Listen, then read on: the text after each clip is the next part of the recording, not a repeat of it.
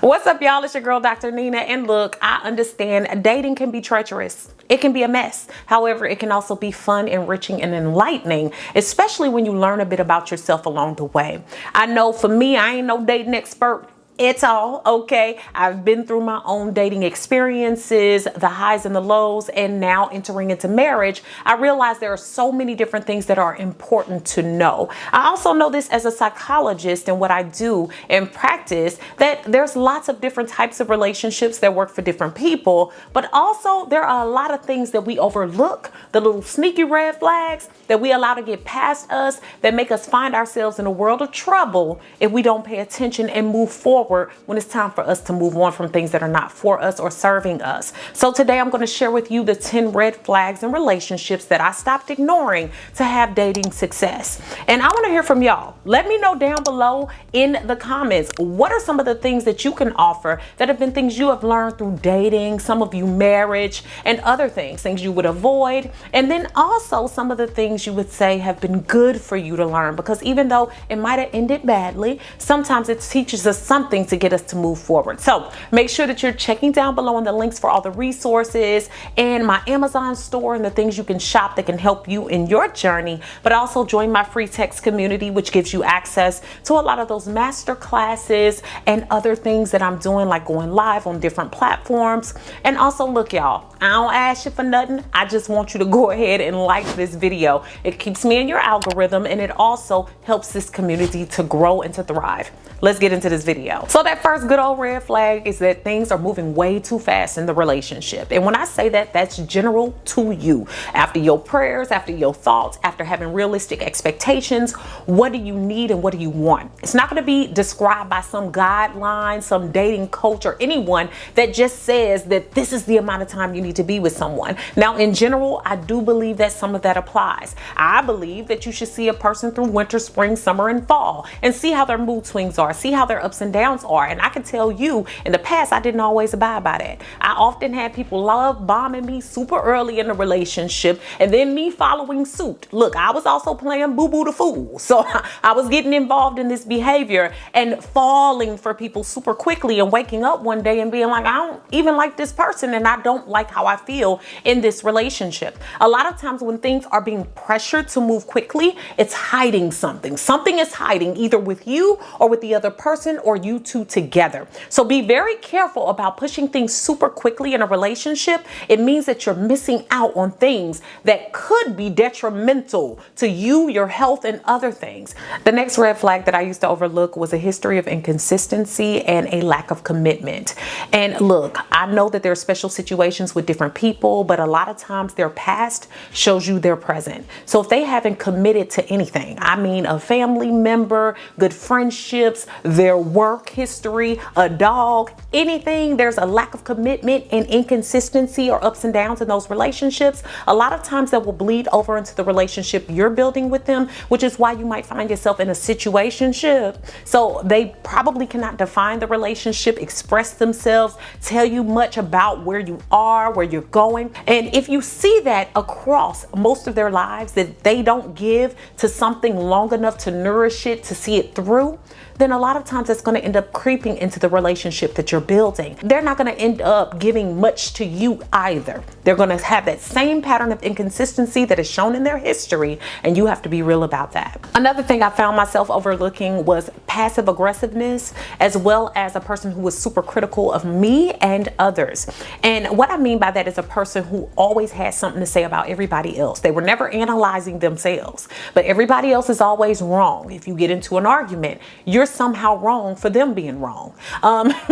They're always talking about other people. I was dating a person who oftentimes, if you even were watching TV, they would be calling people hoes and bees and all of this other stuff, and I'll be like, oh my God, like how long until you start calling me some of these names? And it was just like this super critical feeling for people that we didn't even know, that was just on TV. I mean, we could be watching House Hunters and they were critical of the people, speaking negatively, or having these when I say passive aggressive, having these little one-off jokes or things that were said in front of people that shouldn't have been said, that were meant to shame or to harm you or make you feel bad bad, which can tear down at your self-esteem and self-worth. When someone wants to be with you, when they're nourishing a relationship with you, they're going to try to build you up. Yes, they may tell you about yourself, but that's something different from being passive aggressive and critical. And a lot of times these same people have a whole hard time saying I'm sorry. They will never say I'm sorry. And if they do say I'm sorry, it's going to be I'm sorry, but insert excuse here as to why I behave badly and why you caused me to behave that way.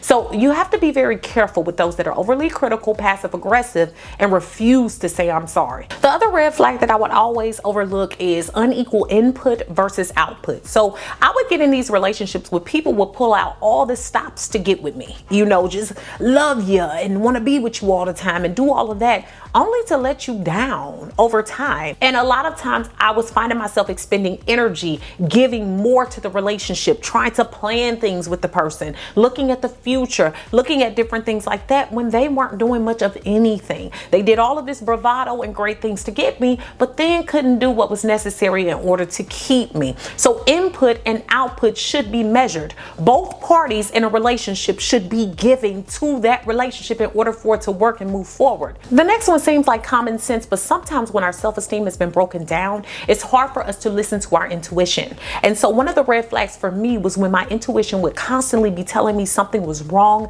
It was pulling at me to move away from the situation and from the person, but yet I just felt so drawn to the danger of the person. Like, it's like magnetic codependency. And again, that's how you get into that codependent relationship, and in a relationship that's unhealthy. And for me, a lot of times this built up a lot of negative and bad thoughts within me, and my self-esteem was going lower. And a lot of times it was because I was choosing those things. Yeah, those people weren't good for me, but I was choosing to be with them. And I had to deal with a lot of that within the confines of therapy. And that's why I'm happy that today's video is being sponsored by Cerebral.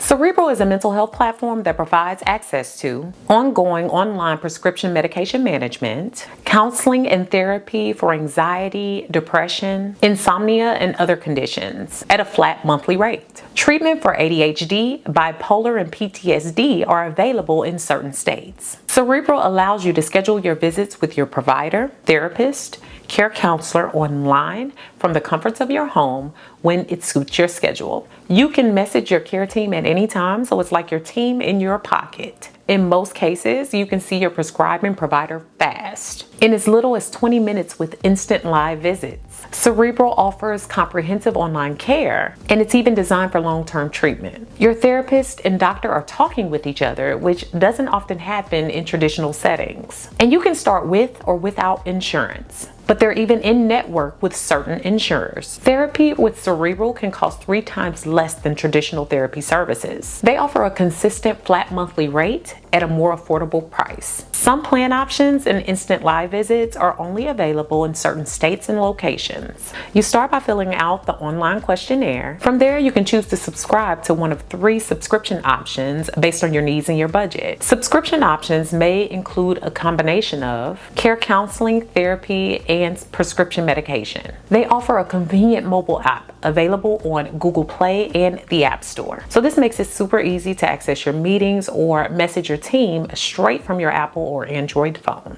Connecting for me was super easy, and even connecting with the providers and the therapists was so awesome and simple. And not only that, because of what I do, I really do look at the way people deliver services. They're compassionate, they're kind, they are enthusiastic about what they do, and that's always quite impressive. The provider was also prompt and also made me feel very comfortable. So for the new year, remember to champion your mental health. If you'd like to take the next step in working on your mental health, click the link in my description to start the questionnaire and get connected with a provider right away. Your first month starts at only $30.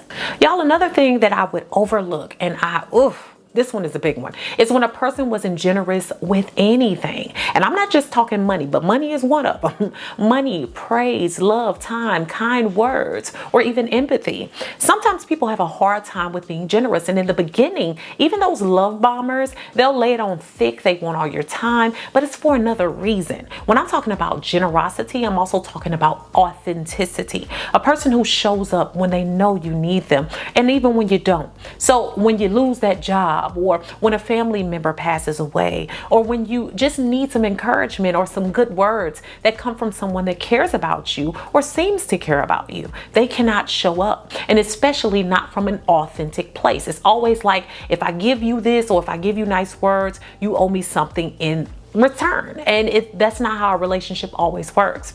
I know one time, as an example, I would have this person around who basically, told me that I didn't need any kind words and support because the world already validated me. It wasn't up to them to validate me. And while I wasn't looking for them to validate me, when you love someone, what the world has to say about you doesn't matter as much as the person that should care about you or that you thought cared about you. So take into consideration how generous a person is with you. Another red flag I would often overlook is when a person always had a sad story for everything and they were becoming a master manipulator. In my past, I've been fix it to the rescue, and some people end up being stray dogs and puppies. There's always a sad song, a sad story, no matter what. I mean, their upbringing might not have been that bad, but they make it worse than what it was. And a lot of times it works to their benefit because they're trying to get you to keep you from telling them certain things about themselves, or trying to make certain corrections within the relationship that help you to feel more comfortable as well. When these stories get in the way of your relationship progressing,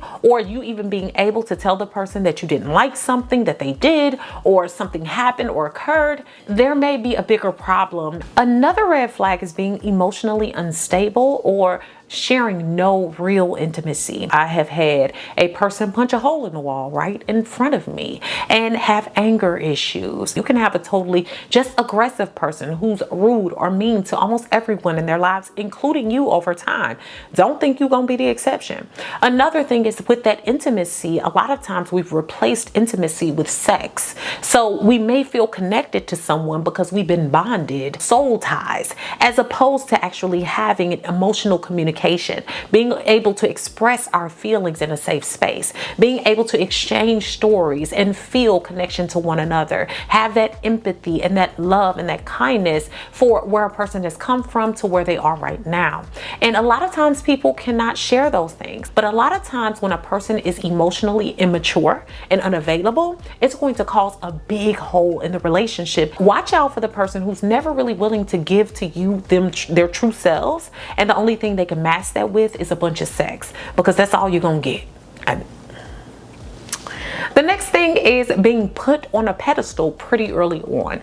Now, I've seen this one a lot with myself and with others. I mean, when you're young, you don't understand this all the time. You hear someone telling you all the wonderful things you are in comparison to all the bad things that their ex was, or their family is, or everything else, and they tell you how beautiful you are, how wonderful you are, and how just glorious and perfect you are. But let me tell you, eventually when they start to see that you have cracks, because we all have cracks, but they're going to make you feel horrible about it because they put you on a pedestal and they believe that you should be a certain way for some certain reason, whether it be, like I said, your looks, it could be your skin tone, it could be the way your teeth are, it could be your job, it could be all of those various different things. But then all of a sudden, when they see anything that may be a flaw within you that you're okay with, you'll start finding that they'll make you feel bad about that certain flaw just because they've pedestalized you. You want to be seen for the real human being that you are. Yes, put your best foot forward when you're dating, but also be okay with the flaws that you have. And once you've grown into yourself and your confidence, you don't want anybody making you feel bad for the person you've become when you've accepted your flaws and you continue to work on them. And last but certainly not least, there can be hidden and loud addictions. Some of those addictions can bleed right over into your relationship. In fact, they will over time. Say for instance, a person gets too drunk and they start arguing or fussing with you or becoming aggressive. You see how that can work its way into your relationship, whether it is a loud addiction or a quiet one. If a person is not actively working on it, going to therapy, taking care of themselves, staying away from the things that are tempting for them, then they are going to bleed that over into your relationships. There will be unrealistic expectations. You may find yourself having to deal with or feeling like you have to deal with certain situations that you normally would not. You also might find yourself taking on some of those addictive behaviors out of coping. So if the only way is for that person to deal with an addiction and they're not seeking help and treatment for that, make sure that you're checking for those addictions and being real about how they exist, and if the person is showing you good faith in getting help for those things or working on them, because we all have flaws, but you don't have to deal with everything, especially if a person is not making the right steps to get right with what they need to. So y'all, I hope you enjoyed those 10 things that have really come up as hidden red flags, or red flags that I didn't always pay the most attention to, that often ended up pretty negative in the flow of relationships for me. If you have any to add to this list, because I know there are others, please make sure that you comment those down below. Make sure that you comment, share this video with someone who can use it, and subscribe. Thanks so much for watching, y'all. Beautiful brown baby doll. Peace. Check the links in the description for my free new Dr. Nina's Mentorship Facebook group, which is a group of like-minded individuals looking to progress, grow, and support one another along the way. Thanks so much for all the love and support over on my new website. If you haven't already, go ahead and check it out and join me for new ways to interact with me, giveaways and prizes, weekly emails, as well as my free 8-day supernatural video course, which is free when you sign up.